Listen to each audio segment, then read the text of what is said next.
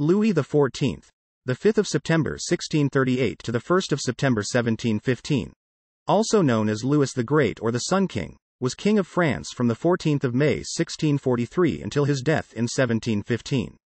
His reign of 72 years and 110 days is the longest recorded of any monarch of a sovereign country in history. Louis XIV's France was emblematic of the age of absolutism in Europe.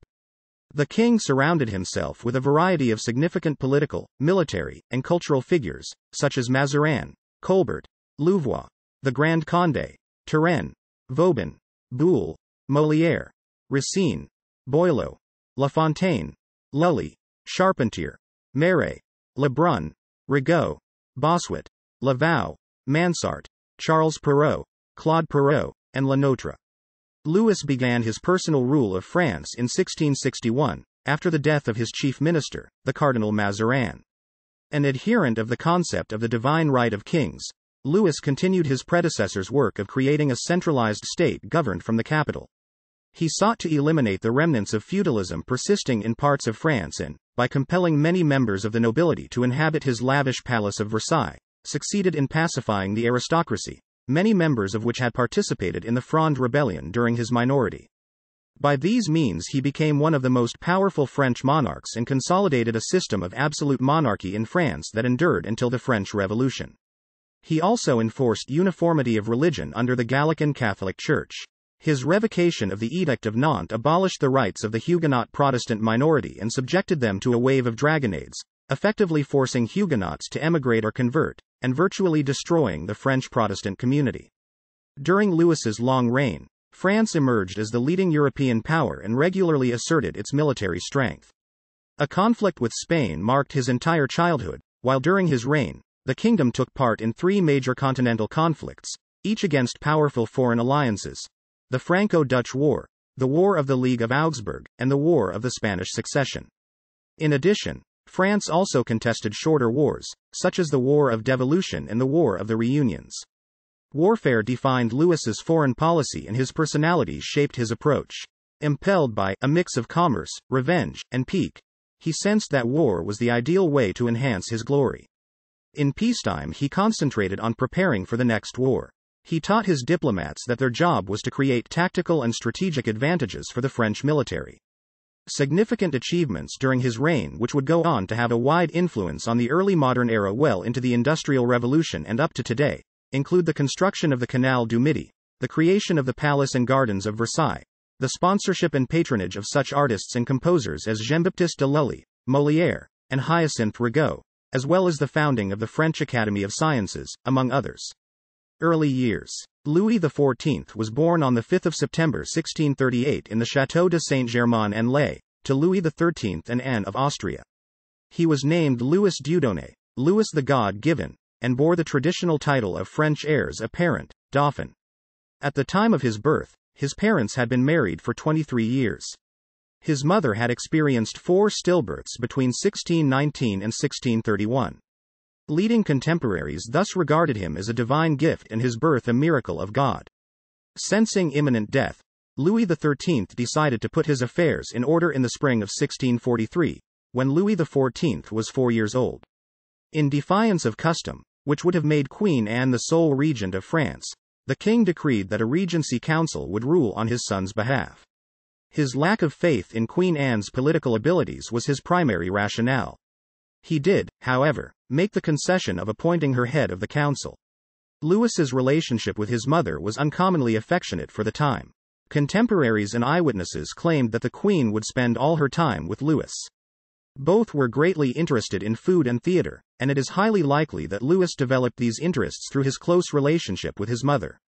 It was his mother who gave Louis his belief in the absolute and divine power of his monarchical rule.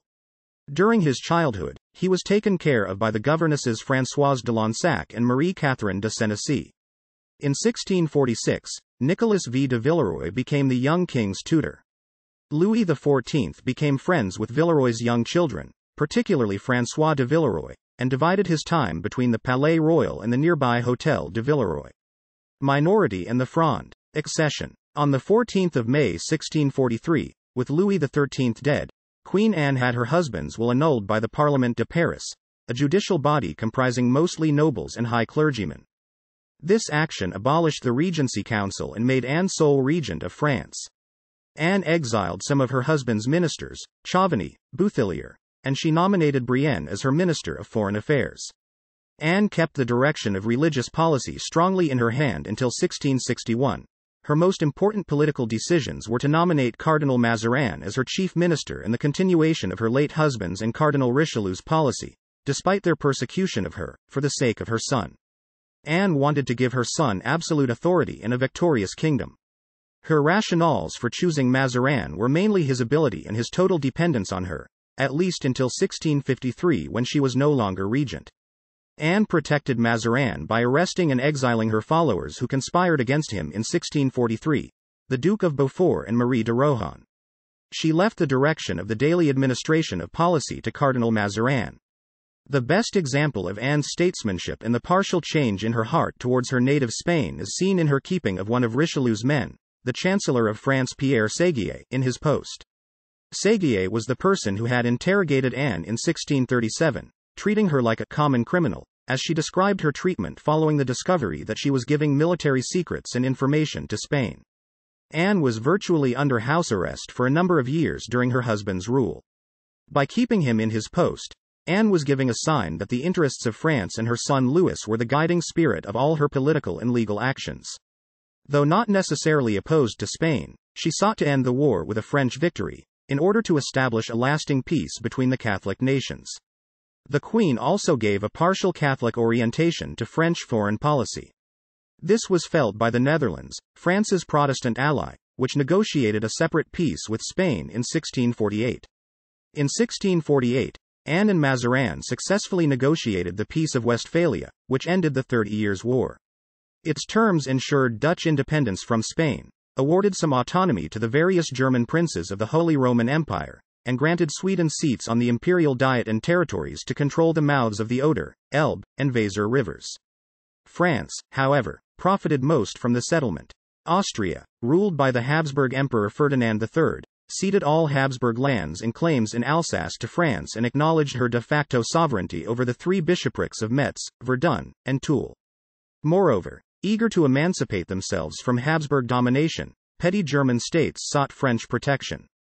This anticipated the formation of the 1658 League of the Rhine, leading to the further diminution of imperial power.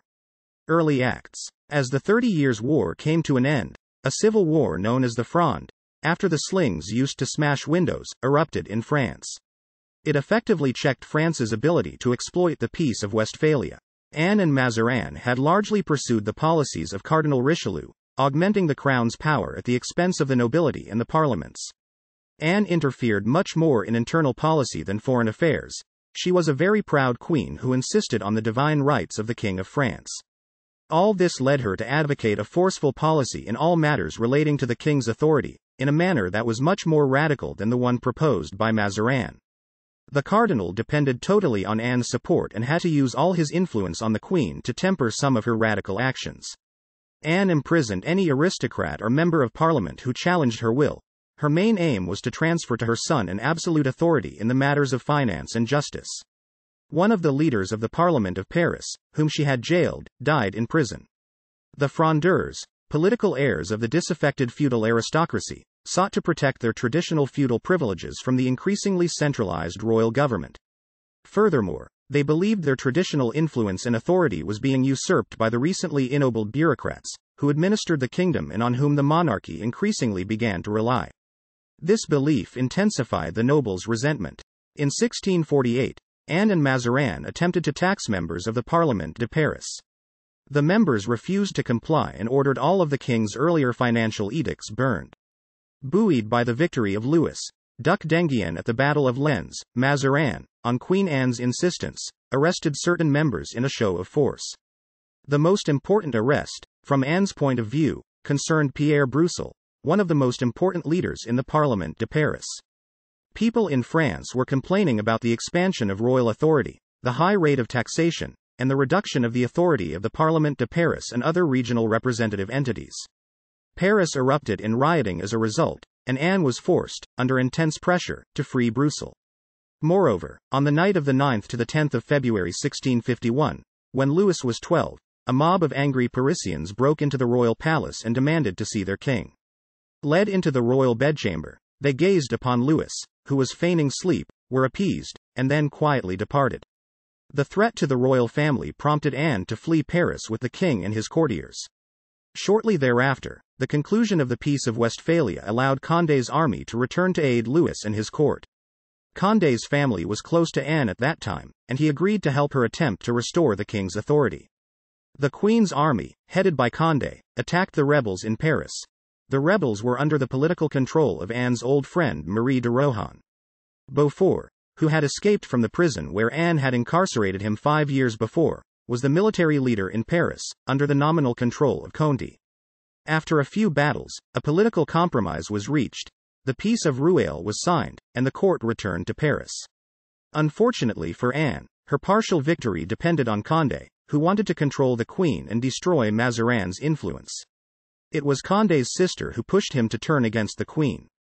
After striking a deal with her old friend Marie de Rohan, who was able to impose the nomination of Charles de l'Aubespine, Marquis de Châteauneuf as Minister of Justice, Anne arrested Condé, his brother Armand de Bourbon, Prince of Conti, and the husband of their sister Anne Geneviève de Bourbon, Duchess of Longueville. This situation did not last long, and Mazarin's unpopularity led to the creation of a coalition headed mainly by Marie de Rohan and the Duchess of Longueville. This aristocratic coalition was strong enough to liberate the princes, exile Mazarin, and impose a condition of virtual house arrest on Queen Anne. All these events were witnessed by Louis and largely explained his later distrust of Paris and the higher aristocracy. In one sense, Louis's childhood came to an end with the outbreak of the Fronde. It was not only that life became insecure and unpleasant, a fate meted out to many children in all ages, but that Louis had to be taken into the confidence of his mother and Mazarin in political and military matters of which he could have no deep understanding. The family home became at times a near prison when Paris had to be abandoned, not in carefree outings to other chateaux but in humiliating flights. The royal family was driven out of Paris twice in this manner, and at one point Louis XIV and Anne were held under virtual arrest in the royal palace in Paris. The Fronde years planted in Louis a hatred of Paris and a consequent determination to move out of the ancient capital as soon as possible, never to return. Just as the first Fronde ended, a second one began. Unlike that which preceded it, tales of sordid intrigue and half-hearted warfare characterized this second phase of upper-class insurrection. To the aristocracy, this rebellion represented a protest for the reversal of their political demotion from vassals to courtiers. It was headed by the highest-ranking French nobles, among them Louis's uncle Gaston, Duke of Orléans and first cousin Anne-Marie Louise d'Orléans, Duchess of Montpensier, known as La Grande Mademoiselle, princes of the blood such as Condé, his brother Armand de Bourbon, Prince of Conti, and their sister the Duchess of Longueville, dukes of legitimized royal descent, such as Henri, Duke of Longueville, and François, Duke of Beaufort, so-called foreign princes, such as Frédéric Maurice, Duke of Bouillon, his brother Marshal Turenne, and Marie de Rohan, Duchess of Chevreuse, and scions of France's oldest families, such as François de la Rochefoucauld. Queen Anne played the most important role in defeating the Fronde because she wanted to transfer absolute authority to her son. In addition, most of the princes refused to deal with Mazarin, who went into exile for a number of years. The Frondeurs claimed to act on Louis's behalf, and in his real interest, against his mother and Mazarin. Queen Anne had a very close relationship with the cardinal, and many observers believed that Mazarin became Louis XIV's stepfather by a secret marriage to Queen Anne. However, Louis's coming of age and subsequent coronation deprived them of the Frondeurs' pretext for revolt. The Fronde thus gradually lost steam and ended in 1653, when Mazarin returned triumphantly from exile. From that time until his death, Mazarin was in charge of foreign and financial policy without the daily supervision of Anne, who was no longer regent. During this period, Louis fell in love with Mazarin's niece Marie Mancini, but Anne and Mazarin ended the king's infatuation by sending Mancini away from court to be married in Italy. While Mazarin might have been tempted for a short period of time to marry his niece to the King of France, Queen Anne was absolutely against this. She wanted to marry her son to the daughter of her brother, Philip IV of Spain, for both dynastic and political reasons. Mazarin soon supported the Queen's position because he knew that her support for his power and his foreign policy depended on making peace with Spain from a strong position and on the Spanish marriage. Additionally, Mazarin's relations with Marie Mancini were not good, and he did not trust her to support his position. All of Louis's tears and his supplications to his mother did not make her change her mind. The Spanish marriage would be very important both for its role in ending the war between France and Spain, because many of the claims and objectives of Louis's foreign policy for the next 50 years would be based upon this marriage, and because it was through this marriage that the Spanish throne would ultimately be delivered to the House of Bourbon, which holds it to this day. Personal reign and reforms. Coming of age and early reforms. Louis XIV was declared to have reached the age of majority on the 7th of September 1651. On the death of Mazarin, in March 1661, Louis assumed personal control of the reins of government and astonished his court by declaring that he would rule without a chief minister. Up to this moment I have been pleased to entrust the government of my affairs to the late cardinal. It is now time that I govern them myself. You, he was talking to the secretaries and ministers of state, will assist me with your counsels when I ask for them. I request and order you to seal no orders except by my command. I order you not to sign anything, not even a passport, without my command. To render account to me personally each day and to favor no one. Louis was able to capitalize on the widespread public yearning for law and order, that resulted from prolonged foreign wars and domestic civil strife, to further consolidate central political authority and reform at the expense of the feudal aristocracy. Praising his ability to choose and encourage men of talent, the historian Chateaubriand noted, "It is the voice of genius of all kinds which sounds from the tomb of Louis." Louis began his personal reign with administrative and fiscal reforms. In 1661, the treasury verged on bankruptcy. To rectify the situation, Louis chose Jean-Baptiste Colbert as Controller General of Finances in 1665. However, Louis first had to neutralize Nicolas Fouquet, the Superintendent of Finances, in order to give Colbert a free hand. Although Fouquet's financial indiscretions were not very different from Mazarin's before him or Colbert's after him, his ambition was worrying to Louis. He had, for example, built an opulent chateau at Vaux-le-Vicomte where he entertained Louis and his court ostentatiously, as if he were wealthier than the king himself. The court was left with the impression that the vast sums of money needed to support his lifestyle could only have been obtained through embezzlement of government funds. Fouquet appeared eager to succeed Mazarin and Richelieu in assuming power, and he indiscreetly purchased and privately fortified the remote island of Belle-Île. These acts sealed his doom. Fouquet was charged with embezzlement. The Parliament found him guilty and sentenced him to exile. However, Louis altered the sentence to life imprisonment and abolished Fouquet's post. With Fouquet dismissed, Colbert reduced the national debt through more efficient taxation. The principal taxes included the aides and douanes, both customs duties, the gabelle, a tax on salt, and the taille, a tax on land. The taille was reduced at first. Financial officials were forced to keep regular accounts, auctioning certain taxes instead of selling them privately to a favored few, revising inventories and removing unauthorized exemptions. For example, in 1661 only 10% from the royal domain reached the king. Reform proved difficult because the taille was levied by officers of the crown who had purchased their post at a high price. Punishment of abuses necessarily lowered the value of the post. Nevertheless, excellent results were achieved. The deficit of 1661 turned into a surplus in 1666. The interest on the debt was reduced from 52 million to 24 million livres. The taille was reduced to 42 million in 1661 and 35 million in 1665. Finally, the revenue from indirect taxation progressed from 26 million to 55 million. The revenues of the royal domain were raised from 80,000 livres in 1661 to 5.5 million livres in 1671. In 1661, the receipts were equivalent to 26 million British pounds, of which 10 million reached the treasury. The expenditure was around 18 million pounds, leaving a deficit of 8 million. In 1667, the net receipts had risen to 20 million pounds sterling, while expenditure had fallen to 11 million, leaving a surplus of 9 million pounds. To support the reorganized and enlarged army, the panoply of Versailles, and the growing civil administration, the king needed a good deal of money. Finance had always been the weak spot in the French monarchy. Methods of collecting taxes were costly and inefficient. Direct taxes passed through the hands of many intermediate officials, and indirect taxes were collected by private concessionaries, called tax farmers, who made a substantial profit. Consequently, the state always received far less than what the taxpayers actually paid. The main weakness arose from an old bargain between the French crown and nobility. The king might raise taxes without consent if only he refrained from taxing the nobles. Only the unprivileged classes paid direct taxes, and this term came to mean the peasants only, since many bourgeois, in one way or another, obtained exemptions.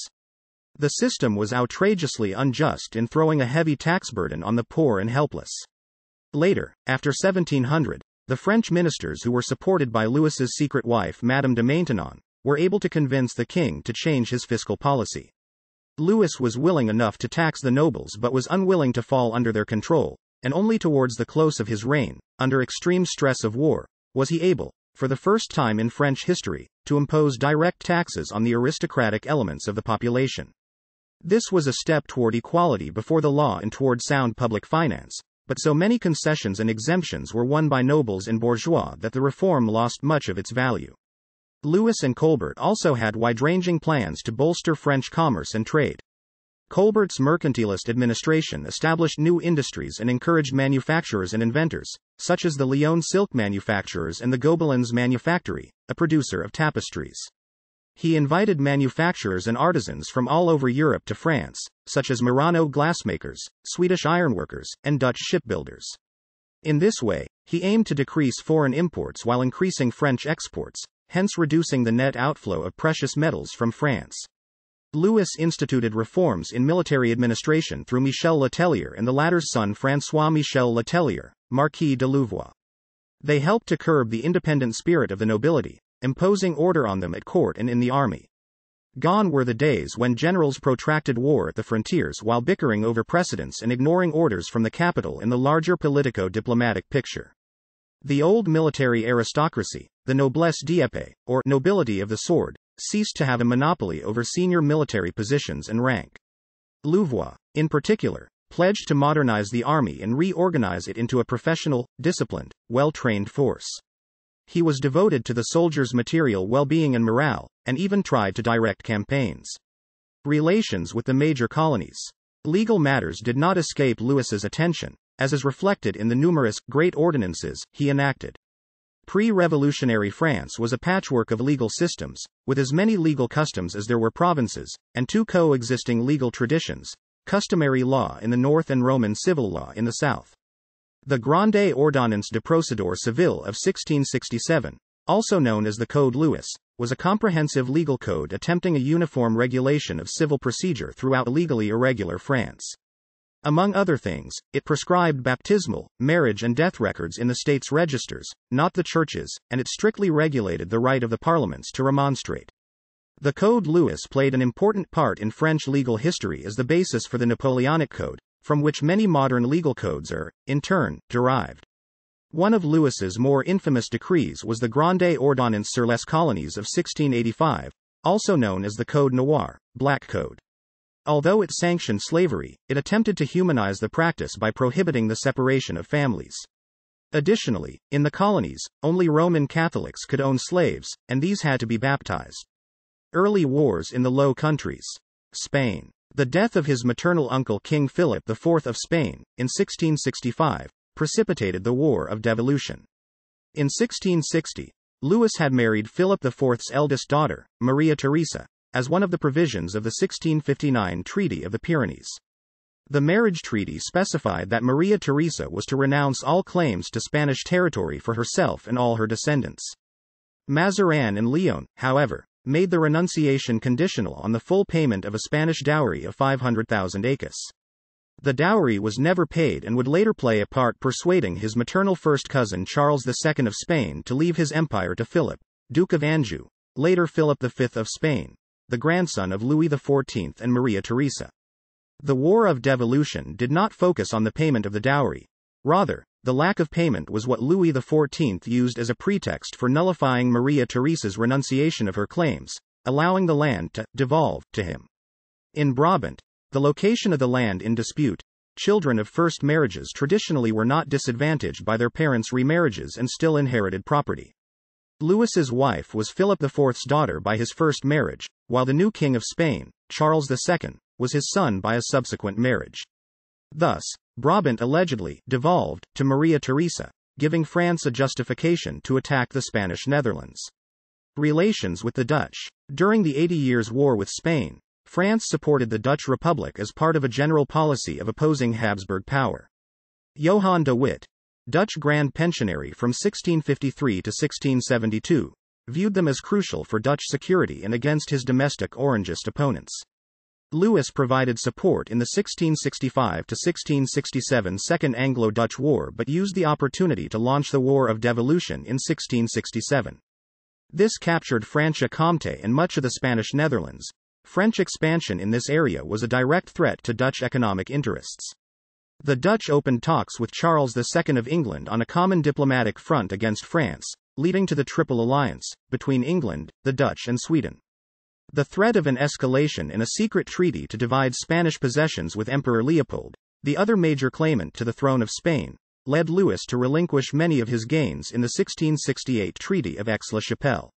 Louis placed little reliance on his agreement with Leopold, and as it was now clear French and Dutch aims were in direct conflict, he decided to first defeat the Republic, then seize the Spanish Netherlands. This required breaking up the Triple Alliance. He paid Sweden to remain neutral and signed the 1670 secret Treaty of Dover with Charles, an Anglo-French alliance against the Dutch Republic. In May 1672, France invaded the Republic, supported by Munster and the electorate of Cologne. Rapid French advance led to a coup that toppled De Witt and brought William III to power. Leopold viewed French expansion into the Rhineland as an increasing threat, especially after their seizure of the strategic Duchy of Lorraine in 1670. The prospect of Dutch defeat led Leopold to an alliance with Brandenburg-Prussia on the 23rd of June, followed by another with the Republic on 25th.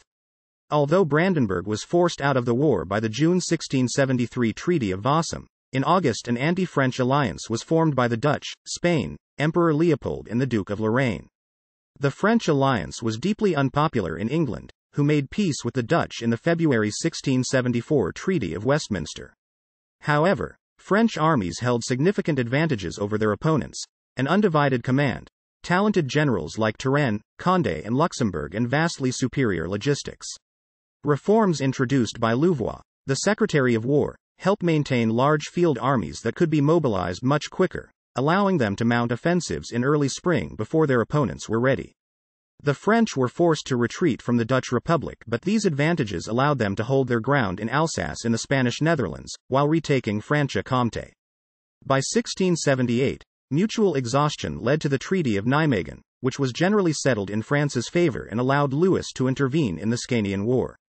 Despite military defeat, his ally Sweden regained much of their losses under the 1679 treaties of Saint-Germain-en-Laye, Fontainebleau and Lund imposed on Denmark, Norway and Brandenburg. Louis was at the height of his power, but at the cost of uniting his opponents. This increased as he continued his expansion. In 1679, he dismissed his foreign minister Simon Arnauld, Marquis de Pomponne, because he was seen as having compromised too much with the Allies. Louis maintained the strength of his army, but in his next series of territorial claims avoided using military force alone. Rather, he combined it with legal pretexts in his efforts to augment the boundaries of his kingdom. Contemporary treaties were intentionally phrased ambiguously. Louis established the Chambers of Reunion to determine the full extent of his rights and obligations under those treaties. Cities and territories, such as Luxembourg and Casale, were prized for their strategic positions on the frontier and access to important waterways. Louis also sought Strasbourg, an important strategic crossing on the left bank of the Rhine and theretofore a free imperial city of the Holy Roman Empire, annexing it and other territories in 1681. Although a part of Alsace, Strasbourg was not part of Habsburg-ruled Alsace and was thus not ceded to France in the Peace of Westphalia. Following these annexations, Spain declared war, precipitating the War of the Reunions. However, the Spanish were rapidly defeated because the emperor, distracted by the Great Turkish War, abandoned them, and the Dutch only supported them minimally.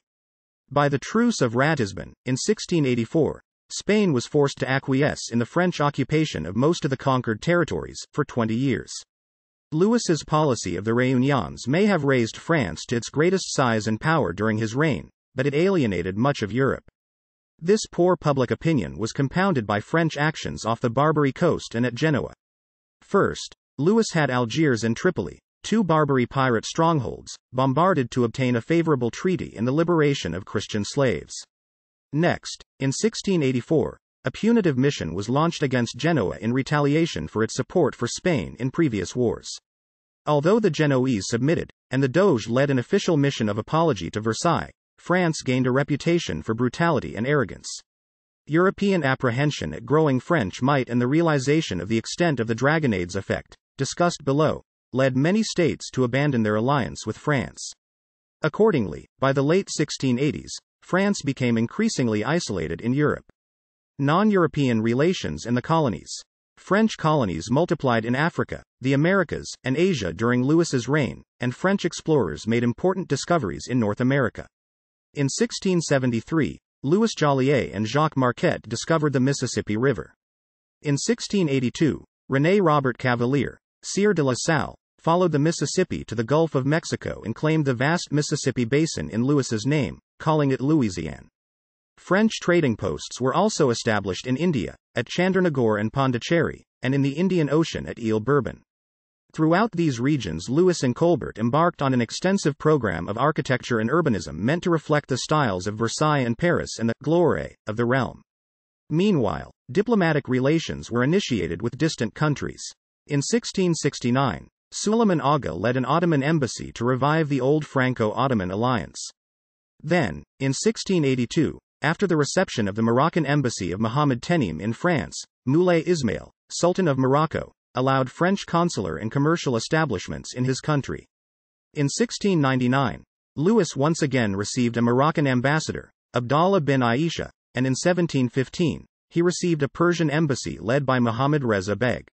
From farther afield, Siam dispatched an embassy in 1684, reciprocated by the French magnificently the next year under Alexander, Chevalier de Chaumont. This, in turn, was succeeded by another Siamese embassy under Kosa Pan, superbly received at Versailles in 1686. Louis then sent another embassy in 1687, under Simone de la Loubère, and French influence grew at the Siamese court, which granted Mergui as a naval base to France. However, the death of Narai, king of Ayutthaya, the execution of his pro-French minister Constantin Falcon, and the siege of Bangkok in 1688 ended this era of French influence. France also attempted to participate actively in Jesuit missions to China. To break the Portuguese dominance there, Louis sent Jesuit missionaries to the court of the Kangxi Emperor in 1685, Jean de Fontaine, Joachim Bouvet, Jean-François Gerbillon, Louis Lecomte, and Claude de Visdeleu. Louis also received a Chinese Jesuit, Michael Shen Fu Sung, at Versailles in 1684. Furthermore, Louis's librarian and translator Arcadio Huang was Chinese. Height of power. Centralization of power. By the early 1680s, Louis had greatly augmented French influence in the world. Domestically, he successfully increased the influence of the crown and its authority over the church and aristocracy, thus consolidating absolute monarchy in France. Louis initially supported traditional Gallicanism, which limited papal authority in France, and convened an assembly of the French clergy in November 1681. Before its dissolution 8 months later, the assembly had accepted the Declaration of the Clergy of France, which increased royal authority at the expense of papal power. Without royal approval, bishops could not leave France, and appeals could not be made to the Pope. Additionally, government officials could not be excommunicated for acts committed in pursuance of their duties. Although the king could not make ecclesiastical law, all papal regulations without royal assent were invalid in France. Unsurprisingly, the Pope repudiated the declaration. By attaching nobles to his court at Versailles, Louis achieved increased control over the French aristocracy. Apartments were built to house those willing to pay court to the king. However, the pensions and privileges necessary to live in a style appropriate to their rank were only possible by waiting constantly on Louis. For this purpose, an elaborate court ritual was created wherein the king became the center of attention and was observed throughout the day by the public. With his excellent memory, Louis could then see who attended him at court and who was absent, facilitating the subsequent distribution of favors and positions. Another tool Louis used to control his nobility was censorship, which often involved the opening of letters to discern their author's opinion of the government and king. Moreover, by entertaining, impressing, and domesticating them with extravagant luxury and other distractions, Louis not only cultivated public opinion of him, he also ensured the aristocracy remained under his scrutiny. Louis's extravagance at Versailles extended far beyond the scope of elaborate court rituals. He took delivery of an African elephant as a gift from the King of Portugal. He encouraged leading nobles to live at Versailles. This, along with the prohibition of private armies, prevented them from passing time on their own estates and in their regional power bases, from which they historically waged local wars and plotted resistance to royal authority. Louis thus compelled and seduced the old military aristocracy, the nobility of the sword, into becoming his ceremonial courtiers, further weakening their power. In their place, he raised commoners or the more recently ennobled bureaucratic aristocracy, the nobility of the robe. He judged that royal authority thrived more surely by filling high executive and administrative positions with these men because they could be more easily dismissed than nobles of ancient lineage, with entrenched influence. It is believed that Louis's policies were rooted in his experiences during the Fronde, when men of high birth readily took up the rebel cause against their king, who was actually the kinsman of some. This victory over the nobility may thus have ensured the end of major civil wars in France until the French Revolution about a century later. France as the pivot of warfare. Under Louis, France was the leading European power, and most wars pivoted around its aggressiveness. No European state exceeded it in population, and no one could match its wealth, central location, and very strong professional army. It had largely avoided the devastation of the 30 Years' War. Its weaknesses included an inefficient financial system that was hard-pressed to pay for its military adventures, and the tendency of most other powers to gang up against it. During Louis's reign, France fought three major wars: the Franco-Dutch War, the War of the League of Augsburg, and the War of the Spanish Succession. There were also two lesser conflicts: the War of Devolution and the War of the Reunions. The wars were very expensive but defined Louis XIV's foreign policy, and his personality shaped his approach. Impelled by a mix of commerce, revenge, and pique, Louis sensed that war was the ideal way to enhance his glory. In peacetime he concentrated on preparing for the next war. He taught his diplomats that their job was to create tactical and strategic advantages for the French military. By 1695, France retained much of its dominance, but had lost control of the seas to England and Holland, and most countries, both Protestant and Catholic, were in alliance against it. Sébastien Leprestre de Vauban, France's leading military strategist, warned Louis in 1689 that a hostile alliance was too powerful at sea. He recommended that France fight back by licensing French merchant ships to privateer and seize enemy merchant ships, while avoiding its navies. France has its declared enemies: Germany and all the states that it embraces, Spain with all its dependencies in Europe, Asia, Africa and America, the Duke of Savoy, in Italy, England, Scotland, Ireland, and all their colonies in the East and West Indies, and Holland with all its possessions in the four corners of the world where it has great establishments. France has undeclared enemies, indirectly hostile, and envious of its greatness: Denmark, Sweden, Poland, Portugal, Venice, Genoa, and part of the Swiss Confederation, all of which states secretly aid France's enemies by the troops that they hire to them, the money they lend them, and by protecting and covering their trade. Vauban was pessimistic about France's so-called friends and allies.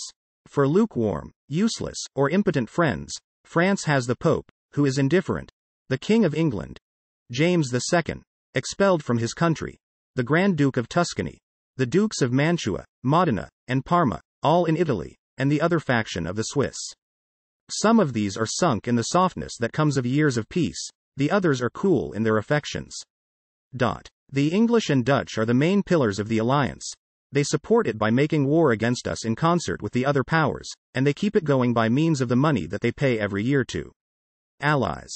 We must therefore fall back on privateering as the method of conducting war which is most feasible, simple, cheap, and safe, and which will cost least to the state, the more so since any losses will not be felt by the king, who risks virtually nothing.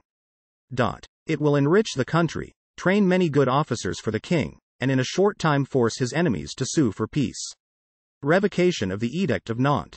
Louis decided to persecute Protestants and revoke the 1598 Edict of Nantes, which awarded Huguenots political and religious freedom. He saw the persistence of Protestantism as a disgraceful reminder of royal powerlessness. After all, The edict was the pragmatic concession of his grandfather Henry IV to end the long-standing French wars of religion.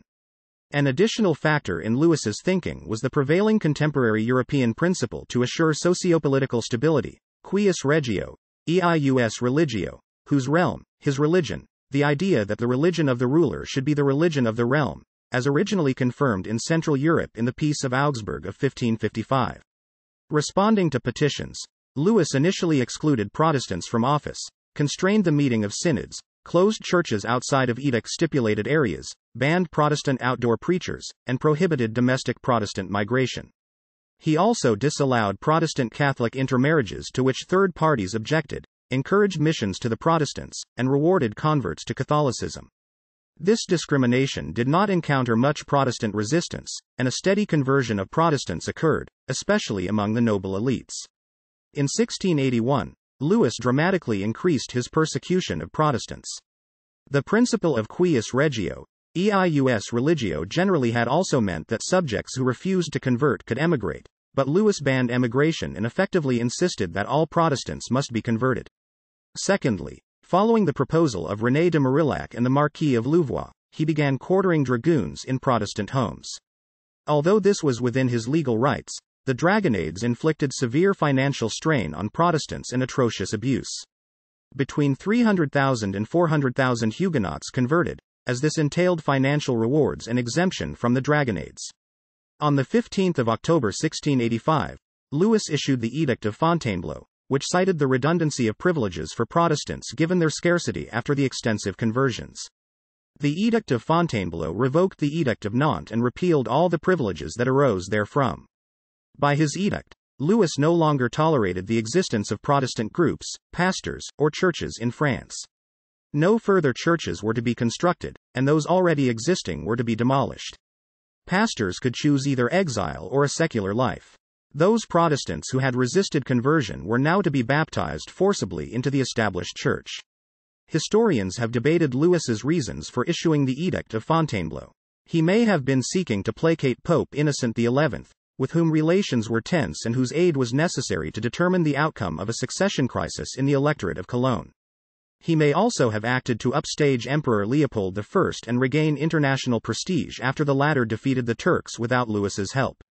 Otherwise, he may simply have desired to end the remaining divisions in French society dating to the wars of religion by fulfilling his coronation oath to eradicate heresy. Many historians have condemned the Edict of Fontainebleau as gravely harmful to France. In support, they cite the emigration of about 200,000 highly skilled Huguenots, roughly one-fourth of the Protestant population, or 1% of the French population, who defied royal decrees and fled France for various Protestant states, weakening the French economy and enriching that of Protestant states. On the other hand, there are historians who view this as an exaggeration. They argue that most of France's preeminent Protestant businessmen and industrialists converted to Catholicism and remained. What is certain is that reaction to the edict was mixed. Even while French Catholic leaders exulted, Pope Innocent XI still argued with Louis over Gallicanism and criticized the use of violence. Protestants across Europe were horrified at the treatment of their co-religionists, but most Catholics in France applauded the move. Nonetheless, it is indisputable that Louis's public image in most of Europe, especially in Protestant regions, was dealt a severe blow. In the end, however, despite renewed tensions with the Camisards of south-central France at the end of his reign, Louis may have helped ensure that his successor would experience fewer instances of the religion-based disturbances that had plagued his forebears. French society would sufficiently change by the time of his descendant, Louis XVI, to welcome tolerance in the form of the 1787 Edict of Versailles, also known as the Edict of Tolerance. This restored to non-Catholics their civil rights and the freedom to worship openly. With the advent of the French Revolution in 1789, Protestants were granted equal rights with their Roman Catholic counterparts. League of Augsburg. Causes and conduct of the war. The War of the League of Augsburg, which lasted from 1688 to 1697, initiated a period of decline in Louis's political and diplomatic fortunes. It arose from two events in the Rhineland.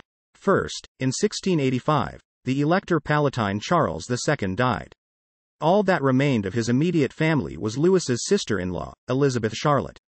German law ostensibly barred her from succeeding to her brother's lands and electoral dignity, but it was unclear enough for arguments in favor of Elizabeth Charlotte to have a chance of success. Conversely, the princess was clearly entitled to a division of the family's personal property. Louis pressed her claims to land and chattels, hoping the latter, at least, would be given to her. Then, in 1688, Maximilian Henry of Bavaria, Archbishop of Cologne, an ally of France, died. The archbishopric had traditionally been held by the Wittelsbachs of Bavaria, but the Bavarian claimant to replace Maximilian Henry, Prince Joseph Clemens of Bavaria, was at that time not more than 17 years old and not even ordained. Louis sought instead to install his own candidate, Wilhelm Egon von Fürstenberg, to ensure the key Rhenish state remained an ally. In light of his foreign and domestic policies during the early 1680s, which were perceived as aggressive, Louis's actions, fostered by the succession crises of the late 1680s, created concern and alarm in much of Europe. This led to the formation of the 1686 League of Augsburg by the Holy Roman Emperor, Spain, Sweden, Saxony, and Bavaria. Their stated intention was to return France to at least the borders agreed to in the Treaty of Nijmegen. Emperor Leopold I's persistent refusal to convert the Truce of Ratisbon into a permanent treaty fed Louis's fears that the emperor would turn on France and attack the reunions after settling his affairs in the Balkans. Another event Louis found threatening was England's Glorious Revolution of 1688. Although King James II was Catholic, his two Anglican daughters, Mary and Anne, ensured the English people a Protestant succession. But when James II's son James Francis Edward Stuart was born, he took precedence in succession over his sisters. This seemed to herald an era of Catholic monarchs in England. Protestant lords called on the Dutch Prince William III of Orange, grandson of Charles I of England, to come to their aid. He sailed for England with troops despite Louis's warning that France would regard it as a provocation. Witnessing numerous desertions and defections, even among those closest to him, James II fled England. Parliament declared the throne vacant, and offered it to James's daughter Mary II and his son-in-law and nephew William. Vehemently anti-French, William, now William III of England, pushed his new kingdoms into war, thus transforming the League of Augsburg into the Grand Alliance. Before this happened, Louis expected William's expedition to England to absorb his energies and those of his allies, so he dispatched troops to the Rhineland after the expiry of his ultimatum to the German princes requiring confirmation of the Truce of Ratisbon and acceptance of his demands about the succession crises. This military maneuver was also intended to protect his eastern provinces from imperial invasion by depriving the enemy army of sustenance, thus explaining the preemptive scorched earth policy pursued in much of southwestern Germany, the devastation of the Palatinate. French armies were generally victorious throughout the war because of imperial commitments in the Balkans, French logistical superiority, and the quality of French generals such as Condé's famous pupil, François-Henri de Montmorency-Bouteville, Duc de Luxembourg. His triumphs at the battles of Fleurus in 1690, Steenkerke in 1692, and Landen in 1693 preserved northern France from invasion. Although an attempt to restore James II failed at the Battle of the Boyne in 1690, France accumulated a string of victories from Flanders in the north, Germany in the east, and Italy and Spain in the south, to the high seas and the colonies. Louis personally supervised the captures of Mons in 1691 and Namur in 1692. Luxembourg gave France the defensive line of the Sambre by capturing Charleroi in 1693. France also overran most of the Duchy of Savoy after the battles of Marsaglia and Staffard in 1693. While naval stalemate ensued after the French victory at the Battle of Beachy Head in 1690 and the Allied victory at Barfleur-la-Hogue in 1692, the Battle of Toroella in 1694 exposed Catalonia to French invasion, culminating in the capture of Barcelona. The Dutch captured Pondicherry in 1693, but a 1697 French raid on the Spanish treasure port of Cartagena, Spain, yielded a fortune of 10 million livres. In July 1695, the city of Namur, occupied for 3 years by the French, was besieged by an allied army led by William III. Louis XIV ordered the surprise destruction of a Flemish city to divert the attention of these troops. This led to the bombardment of Brussels, in which more than 4,000 buildings were destroyed, including the entire city center. The strategy failed, as Namur fell 3 weeks later, but harmed Louis XIV's reputation. A century later, Napoleon deemed the bombardment as barbarous as it was useless. Peace was broached by Sweden in 1690. By 1692, Both sides evidently wanted peace, and secret bilateral talks began, but to no avail. Louis tried to break up the alliance against him by dealing with individual opponents, but did not achieve his aim until 1696, when the Savoyards agreed to the Treaty of Turin and switched sides. Thereafter, members of the League of Augsburg rushed to the peace table, and negotiations for a general peace began in earnest, culminating in the Treaty of Ryswick of 1697. Treaty of Ryswick. The Treaty of Ryswick ended the War of the League of Augsburg and disbanded the Grand Alliance. By manipulating their rivalries and suspicions, Louis divided his enemies and broke their power. The treaty yielded many benefits for France. Louis secured permanent French sovereignty over all of Alsace, including Strasbourg, and established the Rhine as the Franco-German border, as it is to this day. Pondicherry and Acadia were returned to France, and Louis's de facto possession of Saint-Domingue was recognized as lawful. However, he returned Catalonia and most of the reunions. French military superiority might have allowed him to press for more advantageous terms. Thus, his generosity to Spain with regard to Catalonia has been read as a concession to foster pro-French sentiment and may ultimately have induced King Charles II to name Louis's grandson Philip, Duke of Anjou, heir to the Spanish throne. In exchange for financial compensation, France renounced its interests in the electorate of Cologne and the Palatinate. Lorraine, which had been occupied by the French since 1670, was returned to its rightful Duke Leopold, albeit with a right-of-way to the French military. William and Mary were recognized as joint sovereigns of the British Isles, and Louis withdrew support for James II. The Dutch were given the right to garrison forts in the Spanish Netherlands that acted as a protective barrier against possible French aggression. Though in some respects the Treaty of Ryswick may appear a diplomatic defeat for Louis since he failed to place client rulers in control of the Palatinate or the electorate of Cologne, he did in fact fulfill many of the aims laid down in his 1688 ultimatum. In any case, peace in 1697 was desirable to Louis, since France was exhausted from the costs of the war. War of the Spanish Succession. Causes and build-up to the war. By the time of the Treaty of Ryswick, the Spanish succession had been a source of concern to European leaders for well over 40 years. King Charles II ruled a vast empire comprising Spain, Naples, Sicily, Milan, the Spanish Netherlands, and numerous Spanish colonies. He produced no children, however, and consequently had no direct heirs. The principal claimants to the throne of Spain belonged to the ruling families of France and Austria. The French claim derived from Louis XIV's mother Anne of Austria, the older sister of Philip IV of Spain, and his wife Maria Theresa, Philip IV's eldest daughter. Based on the laws of primogeniture, France had the better claim as it originated from the eldest daughters in 2 generations. However, the renunciation of succession rights complicated matters. In the case of Maria Theresa, nonetheless, the renunciation was considered null and void owing to Spain's breach of her marriage contract with Louis. In contrast, no renunciations tainted the claims of the Emperor Leopold I's son Charles, Archduke of Austria, who was a grandson of Philip III's youngest daughter Maria Anna. The English and Dutch feared that a French or Austrian-born Spanish king would threaten the balance of power and thus preferred the Bavarian Prince Joseph Ferdinand, a grandson of Leopold I through his first wife Margaret Theresa of Spain, the younger daughter of Philip IV. In an attempt to avoid war, Louis signed the Treaty of The Hague with William III of England in 1698. This agreement divided Spain's Italian territories between Louis's son Le Grand Dauphin and the Archduke Charles, with the rest of the empire awarded to Joseph Ferdinand. William III consented to permitting the Dauphin's new territories to become part of France when the latter succeeded to his father's throne. The signatories, however, omitted to consult the ruler of these lands, and Charles II was passionately opposed to the dismemberment of his empire. In 1699, he reconfirmed his 1693 will that named Joseph Ferdinand as his sole successor. 6 months later, Joseph Ferdinand died. Therefore, in 1700, Louis and William III concluded a fresh partitioning agreement, the Treaty of London. This allocated Spain, the Low Countries, and the Spanish colonies to the Archduke. The Dauphin would receive all of Spain's Italian territories. Charles II acknowledged that his empire could only remain undivided by bequeathing it entirely to a Frenchman or an Austrian.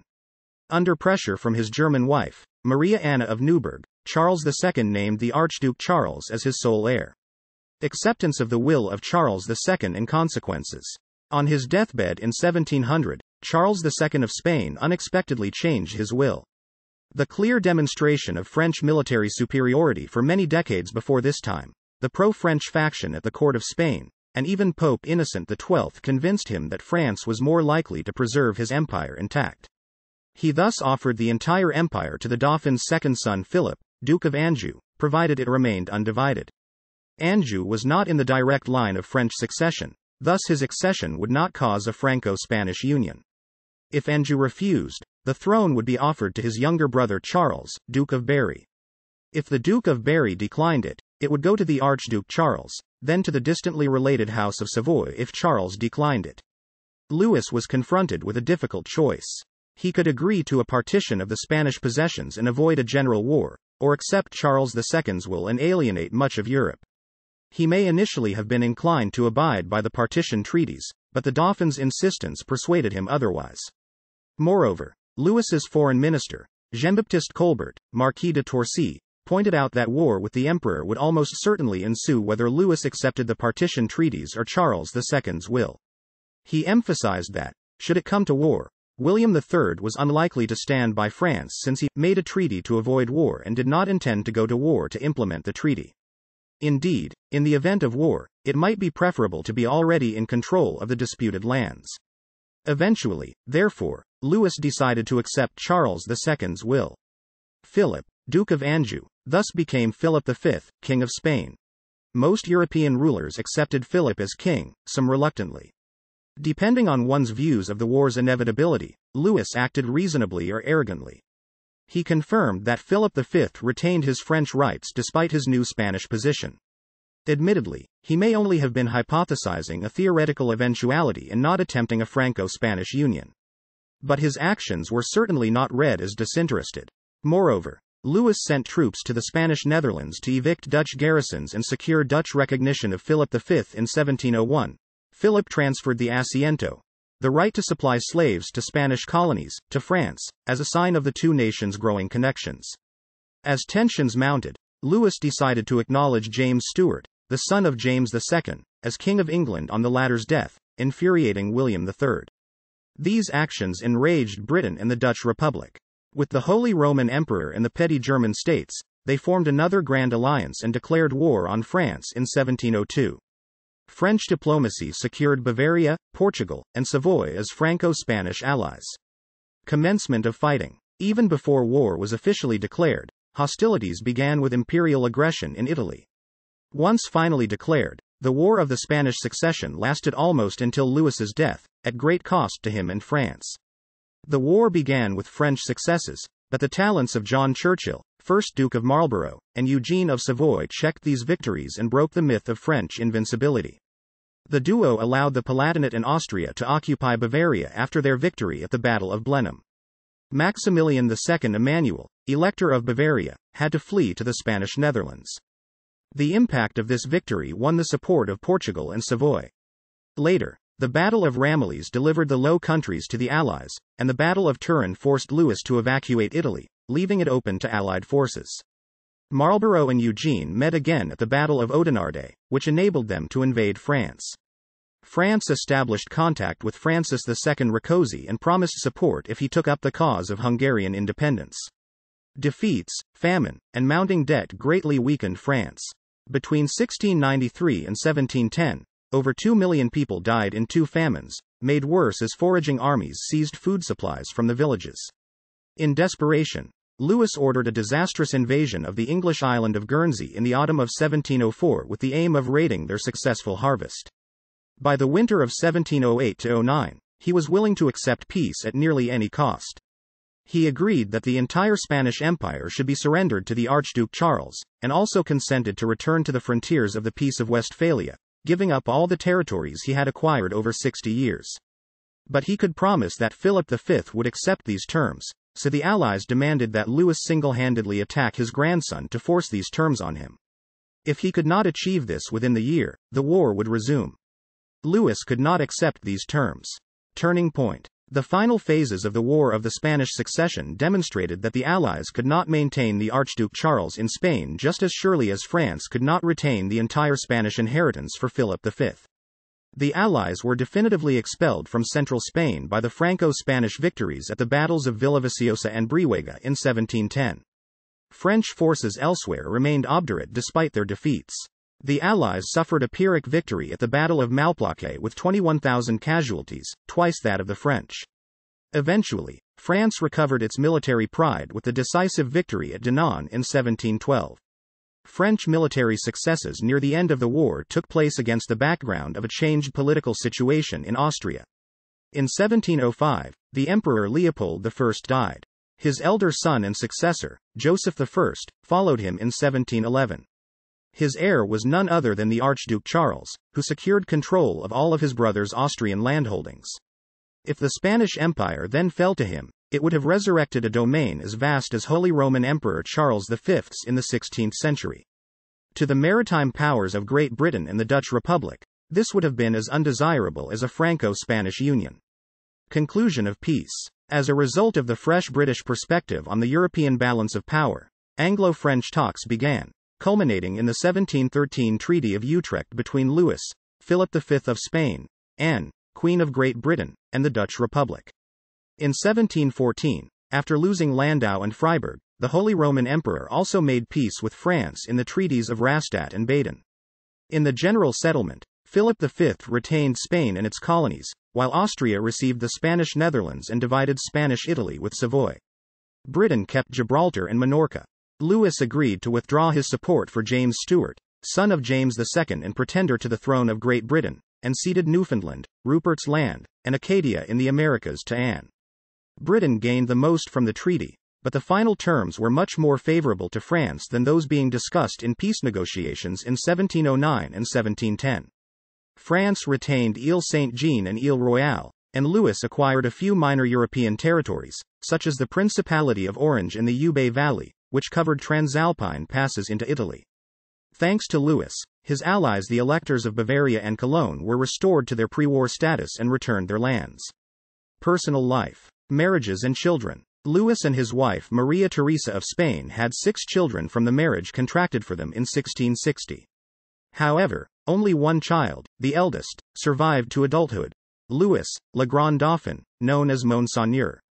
Maria Theresa died in 1683, whereupon Louis remarked that she had never caused him unease on any other occasion. Despite evidence of affection early on in their marriage, Louis was never faithful to Maria Theresa. He took a series of mistresses, both official and unofficial. Among the better documented are Louise de la Vallière, with whom he had 5 children, 1661-67, Bonne de Pons de Hudecourt, Catherine Charlotte de Gramont, Françoise Athénée, Marquise de Montespan, with whom he had 7 children, 1667-80, Anne de Rohan Chabot, 1669-75, Claude de Vigne des Oyers, 1 child born in 1676, Isabelle de Loudres, 1675-78, and Marie Angélique de Scorails, 1679-81, who died at age 19 in childbirth. Through these liaisons, he produced numerous illegitimate children, most of whom he married to members of cadet branches of the royal family. Louis proved relatively more faithful to his second wife, Françoise d'Aubigné, Marquise de Maintenon. He first met her through her work caring for his children by Madame de Montespan, noting the care she gave to his favorite, Louis Auguste, Duke of Maine. The king was, at first, put off by her strict religious practice, but he warmed to her through her care for his children. When he legitimized his children by Madame de Montespan on the 20th of December 1673, Françoise d'Aubigné became the royal governess at Saint-Germain. As governess, she was one of very few people permitted to speak to him as an equal, without limits. It is believed that they were married secretly at Versailles on or around the 10th of October 1683 or January 1684. This marriage, though never announced or publicly discussed, was an open secret and lasted until his death. Piety and religion. Louis was a pious and devout king who saw himself as the head and protector of the Catholic Church in France. He made his devotions daily regardless of where he was, following the liturgical calendar regularly. Under the influence of his very religious second wife, he became much stronger in the practice of his Catholic faith. This included banning opera and comedy performances during Lent. Towards the middle and the end of his reign, the center for the king's religious observances was usually the Chapelle Royale at Versailles. Ostentation was a distinguishing feature of daily mass, annual celebrations, such as those of Holy Week, and special ceremonies. Louis established the Paris Foreign Missions Society, but his informal alliance with the Ottoman Empire was criticized for undermining Christendom. Patronage of the arts. Louis generously supported the royal court of France and those who worked under him. He brought the Académie Française under his patronage and became its protector. He allowed classical French literature to flourish by protecting such writers as Molière, Racine, and La Fontaine, whose works remain influential to this day. Louis also patronized the visual arts by funding and commissioning artists such as Charles Le Brun, Pierre Mignard, Antoine Coisvox, and Hyacinthe Rigaud, whose works became famous throughout Europe. Composers and musicians such as Jean-Baptiste Lully, Jacques Champion de Chambonniers, and François Couperin thrived. In 1661, Louis founded the Académie Royale de Danse, and in 1669, the Académie d'Opéra, important driving events in the evolution of ballet. He also attracted, supported and patronized such artists as André-Charles Boulle, who revolutionized marquetry with his art of inlay, today known as Boulle work. Over the course of 4 building campaigns, Louis converted a hunting lodge built by Louis XIII into the spectacular Palace of Versailles. With the exception of the current royal chapel, built near the end of his reign, the palace achieved much of its current appearance after the Third Building Campaign, which was followed by an official move of the royal court to Versailles on 6 May 1682. Versailles became a dazzling, awe-inspiring setting for state affairs and the reception of foreign dignitaries. At Versailles, the king alone commanded attention. Several reasons have been suggested for the creation of the extravagant and stately palace, as well as the relocation of the monarchy's seat. The memorist Saint Simon speculated that Louis viewed Versailles as an isolated power center where treasonous cabals could be more readily discovered and foiled.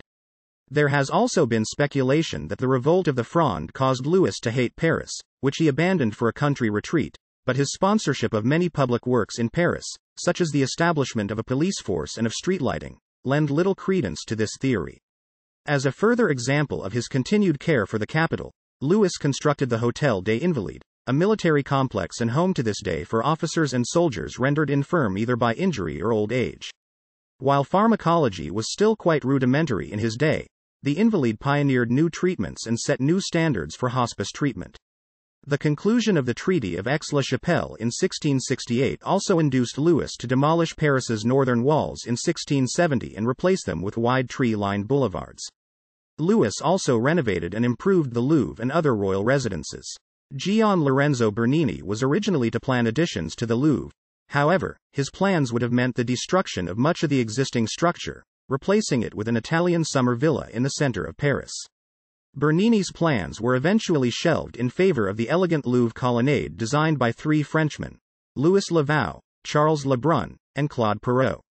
With the relocation of the court to Versailles, the Louvre was given over to the arts and the public. During his visit from Rome, Bernini also executed a renowned portrait bust of the king. Image and depiction. Few rulers in world history have commemorated themselves in as grand a manner as Louis. Louis used court ritual in the arts to validate and augment his control over France. With his support, Colbert established from the beginning of Louis's personal reign a centralized and institutionalized system for creating and perpetuating the royal image. The king was thus portrayed largely in majesty or at war, notably against Spain.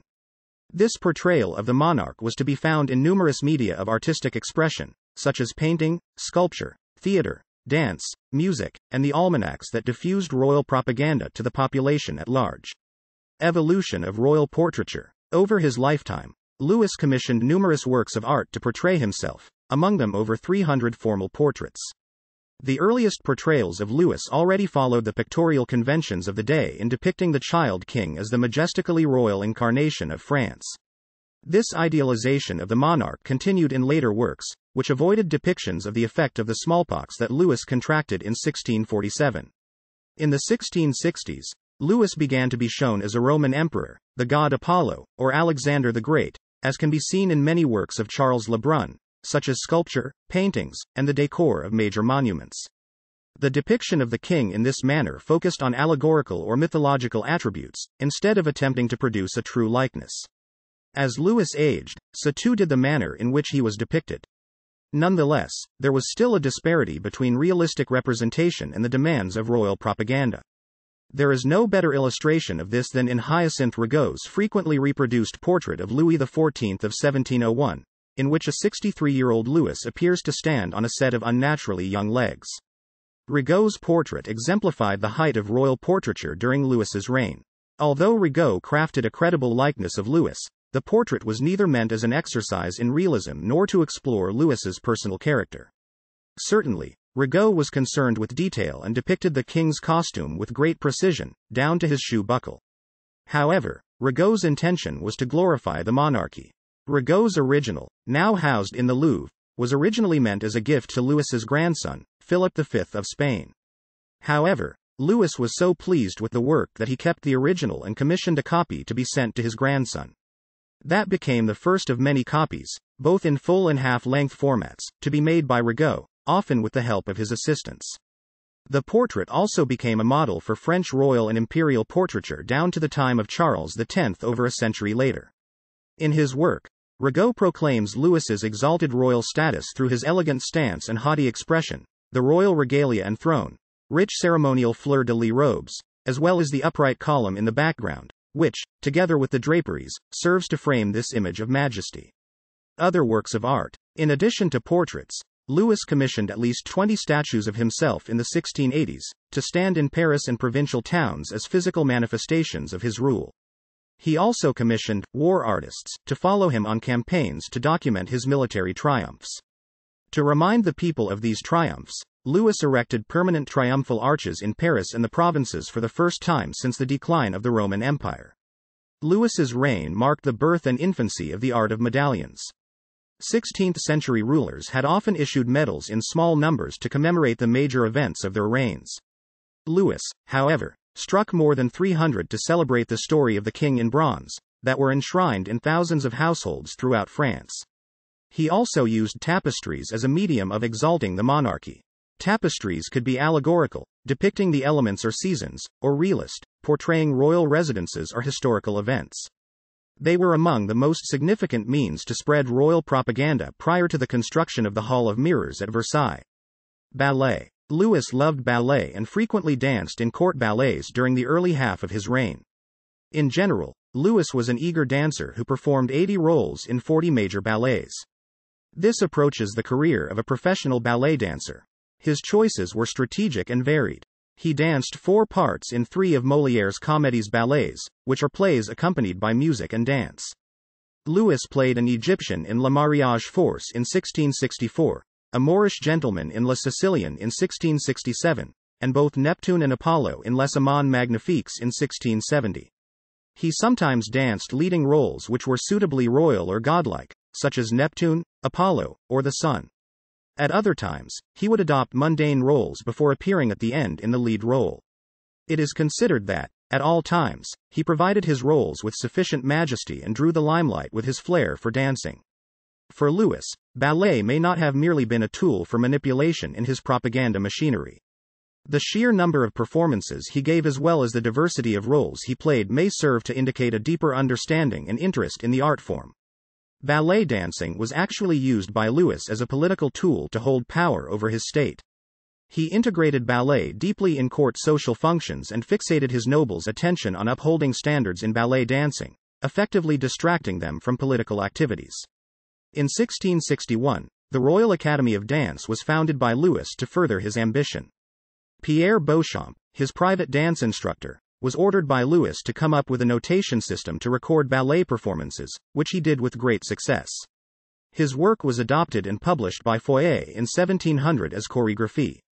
This major development in ballet played an important role in promoting French culture and ballet throughout Europe during Louis's time. Louis greatly emphasized etiquettes in ballet dancing, evidently seen in La Belle Danse, the French noble style. More challenging skills were required to perform this dance with movements very much resembling court behaviors, as a way to remind the nobles of the king's absolute power and their own status. All the details and rules were compressed in 5 positions of the bodies codified by Beauchamp. Unofficial image. Besides the official depiction and image of Louis, His subjects also followed a non-official discourse consisting mainly of clandestine publications, popular songs, and rumors that provided an alternative interpretation of Louis and his government. They often focused on the miseries arising from poor government, but also carried the hope for a better future when Louis escaped the malignant influence of his ministers and mistresses, and took the government into his own hands. On the other hand, petitions addressed either directly to Louis or to his ministers exploited the traditional imagery and language of monarchy. These varying interpretations of Louis abounded in self-contradictions that reflected the people's amalgamation of their everyday experiences with the idea of monarchy. Health and death. Despite the image of a healthy and virile king that Louis sought to project, evidence exists to suggest that his health was not very good. He had many ailments. For example, symptoms of diabetes, as confirmed in reports of suppurating periostitis in 1678, dental abscesses in 1696, along with recurring boils, fainting spells, gout, dizziness, hot flushes, and headaches. From 1647 to 1711, the three chief physicians to the king, Antoine Vallet, Antoine Dequin, and Guy Crescent Fagan, recorded all of his health problems in the Journal de Santé du Roi, Journal of the King's Health, a daily report of his health.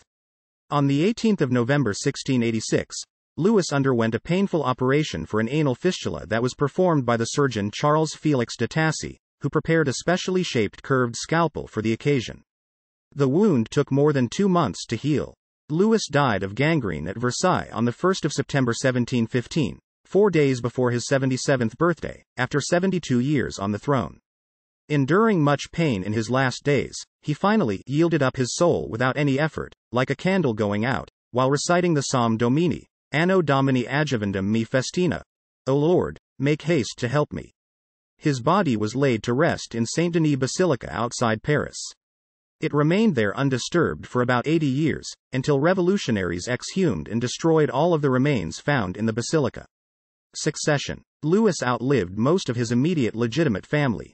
His last surviving legitimate son, the Dauphin, died in 1711. Barely a year later, the Duke of Burgundy, the eldest of the Dauphin's 3 sons and then heir to Louis, followed his father. Burgundy's elder son, Louis, Duke of Brittany, joined them a few weeks later.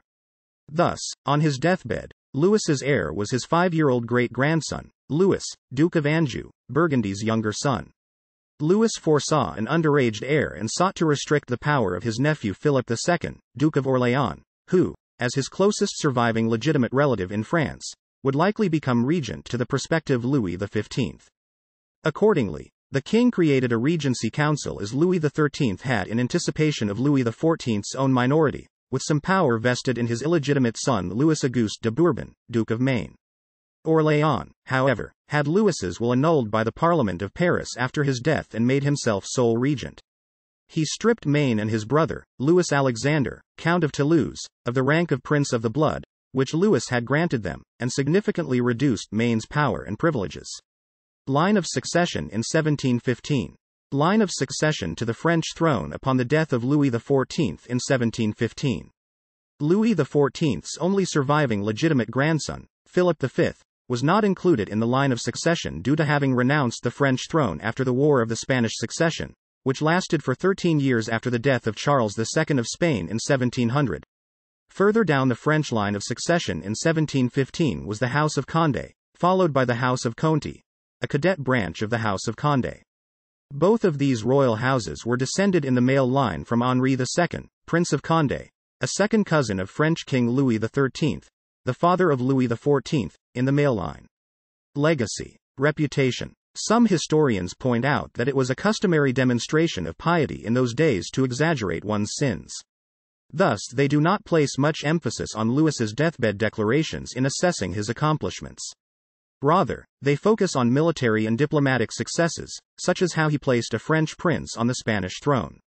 This, they contend, ended the threat of an aggressive Spain that historically interfered in domestic French politics. These historians also emphasize the effect of Louis's wars in expanding France's boundaries and creating more defensible frontiers that preserved France from invasion until the Revolution. Arguably, Louis also applied himself indirectly to the alleviation of the burdens of his subjects. For example, he patronized the arts, encouraged industry, fostered trade and commerce, and sponsored the founding of an overseas empire. Moreover, The significant reduction in civil wars and aristocratic rebellions during his reign are seen by these historians as the result of Louis's consolidation of royal authority over feudal elites. In their analysis, his early reforms centralized France and marked the birth of the modern French state. They regard the political and military victories as well as numerous cultural achievements as the means by which Louis helped raise France to a preeminent position in Europe. Europe came to admire France for its military and cultural successes, power, and sophistication. Europeans generally began to emulate French manners, values, goods, and deportment. French became the universal language of the European elite.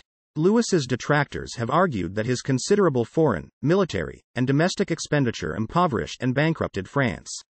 His supporters, however, distinguish the state, which was impoverished, from France, which was not. As supporting evidence, they cite the literature of the time, such as the social commentary in Montesquieu's Persian letters. Alternatively, Louis's critics attribute the social upheaval culminating in the French Revolution to his failure to reform French institutions while the monarchy was still secure. Other scholars counter that there was little reason to reform institutions that largely worked well under Louis. They also maintain that events occurring almost 80 years after his death were not reasonably foreseeable to Louis, and that in any case, his successors had sufficient time to initiate reforms of their own. Louis has often been criticized for his vanity. Nonetheless, Louis has also received praise. The anti-Bourbon Napoleon described him not only as a great king, but also as the only king of France worthy of the name. Leibniz, the German Protestant philosopher, commended him as one of the greatest kings that ever was. And Lord Acton admired him as by far the ablest man who was born in modern times on the steps of a throne. The historian and philosopher Voltaire wrote, "His name can never be pronounced without respect and without summoning the image of an eternally memorable age." Voltaire's History, The Age of Louis XIV, named Louis's reign as not only one of the four great ages in which reason and culture flourished, but the greatest ever. In 1848, at Newnham House, a piece of Louis's mummified heart, taken from his tomb and kept in a silver locket by Lord Harcourt, Archbishop of York, was shown to the Dean of Westminster, William Buckland, who ate it. Order of St. Louis. On 5 April 1693, Louis also founded the Royal and Military Order of St. Louis, Ordre Royal et Militaire de St. Louis, a military order of chivalry. He named it after Louis IX and intended it as a reward for outstanding officers. It is notable as the first decoration that could be granted to non-nobles and is roughly the forerunner of the Légion d'honneur, with which it shares the red ribbon, though the Légion d'honneur is awarded to military personnel and civilians alike. Family issue. This is an incomplete list of Louis XIV's illegitimate children. He reputedly had more, but the difficulty in fully documenting all such births restricts the list only to the better known and/or legitimized. This audio uses material from the Wikipedia article Louis XIV n.wikipedia.org/wiki/Louis_14, which is released under the license Creative Commons. Attribution Share Alike 3.0 Unported. CC by SA 3.0 creativecommons.org/licenses/by SA/3.0